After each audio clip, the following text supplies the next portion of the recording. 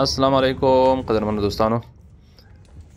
دغه ناروغان چې پخوا د سترګو اپریشن کړی ده، د سترګو په هغه لینز چې ورته اچول شوی ده، مصنوعي لینز یا غمی، هغه باندې یوه پرده راغلې ده. نو هغه ناروغان چې د سترګو اپریشن یې کړی وي، خصوصا کټرکټ، نو هغوی دې پریشانه کېږي نه. د سترګو د متخصص ډاکټر سره دې مشوره وکړي. دغه لیزر ورته استعمالیږي، دې ته وایي انډیاګ لیزر. لکه په دې تصویر کې تاسې ګورئ، داسې یو نرۍ پرده پرې راځي او دې ناروغي ته پوسټیریر کپسولر اوپیسیټي وایي او دا انډیاګ لیزر کې استعمالیږي.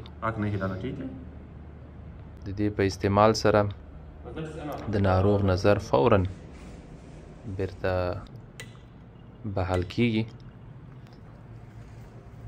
او لومړی موږ ورته په سترګو کې ډایلیټینګ ډراپ اچوو، د هغه څخه وروسته دغه پروسیجر ورته اجرا کوو چې هیڅ ډول درد نه لري. نو تاسو د هغه ناروغان دې نه پریشانه کېږي کوم چې اپریشن یې کړی وي او وروسته یې نظر کمزوری شوی وي.